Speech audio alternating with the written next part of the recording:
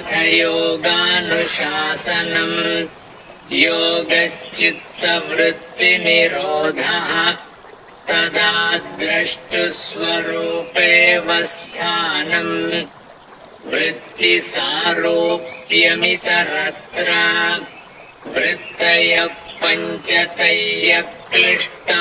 क्लिष्टाः प्रमाणविपर्ययविकल्पनिद्रा स्मृतयः प्रत्यक्षानुमानागमाः प्रमाणानि विपर्ययो मिथ्याज्ञानमतद्रूपप्रतिष्ठम् शब्दज्ञानानुपाती वस्तुशून्यो विकल्पः अभावप्रत्ययालम्बनातमो वृत्तिर्निद्रा अनुभूतविषया सम्प्रमोषस्मृतिः अभ्यासवैराग्याभ्याम् तन्निरोधः तत्र स्थितौ यत्नोऽभ्यासः स तु दीर्घकालनैरन्तर्यसत्कारासेवितो दृढभूमिः दृष्टानुश्रविकविषयवितृष्णस्य वशीकारसंज्ञावैराग्यम् तत्परम् पुरुषख्यातेर्गुणवैतृष्ण्यम् वितर्कविचारानन्दास्मितारूपानुगमात् सम्प्रज्ञातः विरामप्रत्ययाभ्यासपूर्वः संस्कारशेषोऽन्यः भवप्रत्ययो विदेहप्रकृतिलयानाम् श्रद्धा वीर्यस्मृतिसमाधिप्रज्ञापूर्वक इतरेषाम् तीव्रसंवेगानामासन्नः मृदुमध्याधिमात्रत्वात् ततोऽपि विशेषः ईश्वरप्रणिधानाद्वा क्लेशकर्मविपाकाशयैरपरामृष्टः पुरुषविशेष ईश्वरः तत्र निरतिशयम् सर्वज्ञबीजम् स एष पूर्वेषामपि गुरुकालेनानवच्छेदात् तस्य वाचकः प्रणवः तज्जपस्तदर्थभावनम् ततः प्रत्यक्षेतनाधिगमोऽप्यन्तरायाभावश्च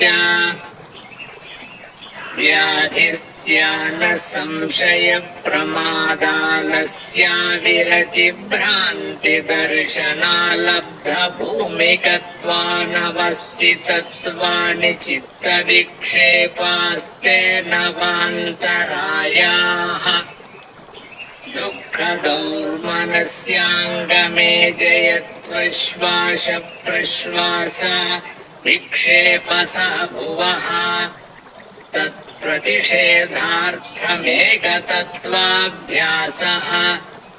मैत्री करुणामुदितोपेक्षाणाम् सुखदुःखपुण्यापुण्यविषयाणाम् भावनातश्चित्तप्रसादनम्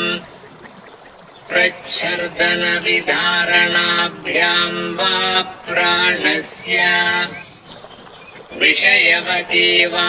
प्रवृत्तिरुत्पन्ना मनसस्थितिनिबन्धिनी विशोका वा ज्योतिष्मती वीतरागविषयम् वा चित्तम् स्वप्ननिद्राज्ञानालम्बनम् वा यथाभिमतध्यानाद्वा परमाणुपरममहत्वान्तोऽस्य वशीकारः क्षीणवृत्तेरभिजातस्येव मणेर्ग्रहीतृग्रहणग्राह्येषु तत्स्ततदञ्जनता समापत्तिः तत्र शब्दार्थज्ञानविकल्पैः सङ्कीर्णा सवितर्का समापत्तिः स्मृतिपरिशुद्धौ स्वरूपशून्येवार्थमात्रनिर्भासा निर्वितर्का एतयैव सविचारा निर्विचारा च सूक्ष्मविषया व्याख्याता सूक्ष्मविषयत्वं चालिङ्गपर्यवसानम् ता एव सबीजः समाधिः निर्विचारवैशारद्येऽध्यात्मप्रसादः ऋतम्भरा तत्र प्रज्ञा श्रुतानुमानप्रज्ञाभ्यामन्यविषया विशेषार्थत्वात् तज्ञः संस्कारोऽन्यसंस्कारप्रतिबन्धी तस्यापि निरोधे सर्वनिरोधान्निर्बीजः समाधिः स्वाध्यायेश्वरप्रणिधानानि क्रियायोगः समाधिभावनार्थक्लेशतनुकरणार्थश्च अविद्यास्मिता रागद्वेषाभिनिवेशाः पञ्चक्लेशाः अविद्याक्षेत्रमुत्तरेषाम् प्रसुप्ततनुविच्छिन्नोदाराणाम् अनित्याशुचि दुःखानात्मसु नित्यशुचि सुखात्मख्यातिरविद्या दृग्दर्शनशक्त्योरेकात्मतेवास्मिता सुखानुशयी रागः दुःखानुशयी द्वेषः स्वरसवाही विदिशोऽपि समारूढोऽभिनिवेशः ते प्रतिप्रसवहेयाः सूक्ष्माः ध्यानहेयास्तद्वृत्तयः क्लेशमूलकर्माशयो दृष्टा दृष्टजन्मवेदनीयः सति मूले तद्विपाको जात्यायुर्भोगाः ते ह्लादपरितापफला पुण्या पुण्यहेतुत्वात्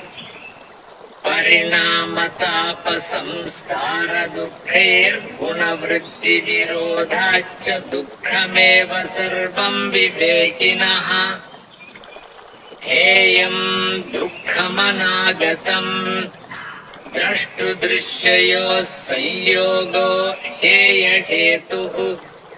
प्रकाशक्रियास्थितिशीलं भूतेन्द्रियात्मकं भोगापवर्गार्थं दृश्यम् विशेषाविशेषलिङ्गमात्रालिङ्गानि गुणपर्वाणि द्रष्टादृशिमात्रशुद्धोऽपि प्रत्ययानुपश्यः तदर्थ एव दृश्यस्यात्मा कृतार्थं प्रति नष्टमप्यनष्टं तदन्यसाधारणत्वात् स्वस्वामिशक्त्यो स्वरूपोपलब्धिहेतुः संयोगः तस्य हेतुरविद्या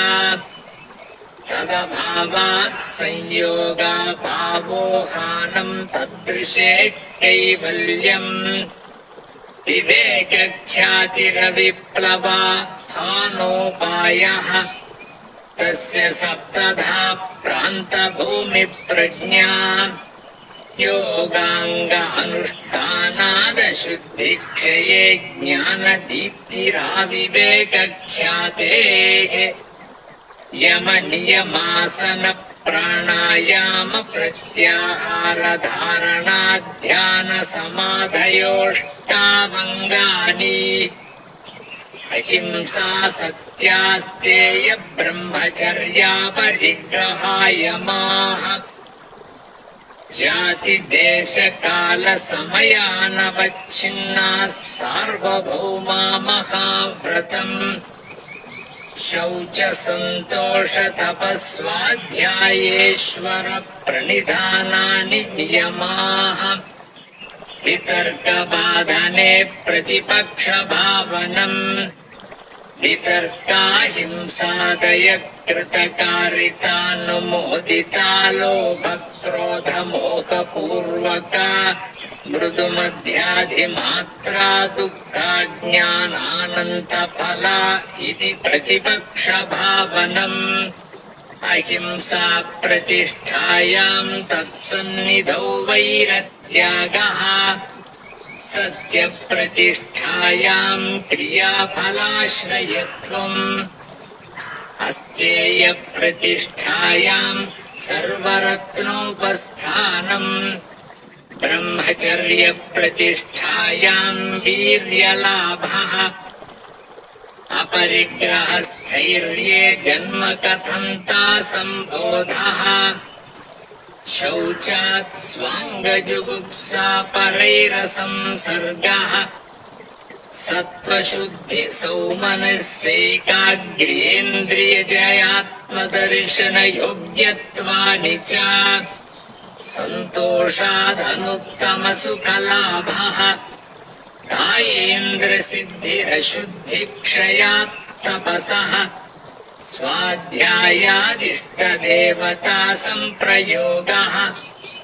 समाधिसिद्धिरीश्वर प्रणिधानात् स्थिरसुखमासनम् प्रयत्नशैथिल्यानन्तसमापत्तिभ्याम् ततो द्वन्द्वानभिघातः तस्मिन् सति श्वासप्रश्वासयोर्गतिविच्छेदप्राणायामः बाह्याभ्यन्तरस्तम्भवृत्तिर्देशकालसङ्ख्याभिः दीर्घसूक्ष्मः बाह्याभ्यन्तरविषयाक्षेपी चतुर्थः ततः क्षीयते प्रकाशावरणम् धारणासु च योग्यता मनसः स्वविषया सम्प्रयोगे चित्तस्वरूपानुकार इवेन्द्रियाणाम् प्रत्याहारः ततः परमावश्यतेन्द्रियाणाम् देशबन्धश्चित्तस्य धारणा तत्र प्रत्ययैकतानता ध्यानम् तदेवार्थमात्रनिर्भासम् स्वरूपशून्यमिव समाधिः त्रयम् एकत्र संयमः तज्जयात् प्रज्ञालोकः तस्य भूमिषु विनियोगः त्रयमन्तरङ्गम् पूर्वेभ्यः तदपि बहिरङ्गम् निर्बीजस्य व्युत्थाननिरोधसंस्कारयोरभिभव प्रादुर्भावो निरोधक्षणचित्तान्वयो निरोधपरिणामः तस्य प्रशान्तवाहिता संस्कारात् सर्वार्थतैकाग्रतयोः क्षयोदयो चित्तस्य समाधिपरिणामः ततः पुनः शान्तोदितो तुल्यप्रत्ययो चित्तस्यैकाग्रता परिणामः एतेन भूतेन्द्रियेषु धर्मलक्षणावस्था परिणामा व्याख्याताः शान्तोदिता व्यपदेश्य धर्मानुपाती धर्मी क्रमान्यत्वम् परिणामान्यत्वे हेतुः परिणामत्रय संयमादतीतानागतज्ञानम् शब्दार्थप्रत्ययानाम् इतरेतराध्यासात् सङ्करस्तत्प्रविभागसंयमात् सर्वभूतऋतज्ञानम् संस्कारसाक्षात्करणात् पूर्वजातिज्ञानम् प्रत्ययस्य परचित्तज्ञानम् न च तत्सालम्बनम् तस्या विषयीभूतत्वात् कायरूपसंयमात् तद्ग्राह्यशक्तिस्तम्भे चक्षुप्रकाशासम्प्रयोगेऽन्तर्धानम् सोपक्रमम् निरुपक्रमम् च कर्म तत्संयमात् अपरान्तज्ञानमरिष्टेभ्यो वा मैत्र्यादिषु बलानि बलेषु हस्तिबलादीनि प्रवृत्त्यालोकन्यासात् सूक्ष्मव्यवहितविप्रकृष्टज्ञानम् भुवनज्ञानम् सूर्ये संयमात् चन्द्रे ताराव्यूहज्ञानम् ध्रुवे तद्गतिज्ञानम् नाभिचक्रे कायव्यूहज्ञानम् कण्ठकूटे क्षुत्पिपासानिवृत्तिः कूर्मनाड्याम् स्थैर्यम् मूर्धज्योतिषि सिद्धदर्शनम् प्रातिभाद्वा सर्वम् हृदये चित्तसंवित् सत्त्वपुरुषयोरत्यन्ता सङ्कीर्णयो प्रत्यया विशेषो भोगपरार्थत्वात् स्वार्थसंयमात् पुरुषज्ञानम् ततः प्रातिभश्रावणवेदनादर्शास्वादवार्ता जायन्ते ते समाधा उपसर्गाव्युत्थाने सिद्धयः बन्धकारणशैथिल्यात् प्रचारसंवेदनाच्च चित्तस्य परशरीरावेशः उदानजयात् जलपङ्ककण्टकादिष्वसङ्ग उत्क्रान्तिश्च समानजयाज्ज्वलनम् श्रोत्राकाशयोः सम्बन्धसंयमाद्दिव्यम् श्रोत्रम् कायाकाशयोः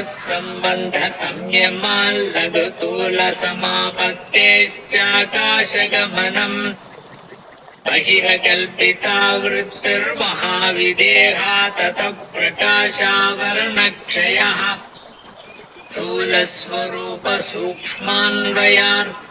स्थूलस्वरूपसूक्ष्मान्वयार्थवत्त्वसंयमात् भूतजयः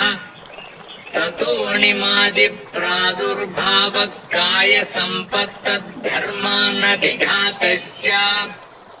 रूपलावण्यबलवज्रसंहननत्वानि कायसम्पत् ग्रहणस्वरूपास्मितान्वयार्थवत्त्वसंयमादिन्द्रियजयः ततो मनोजवित्वम् विकरणभावप्रधानजयश्च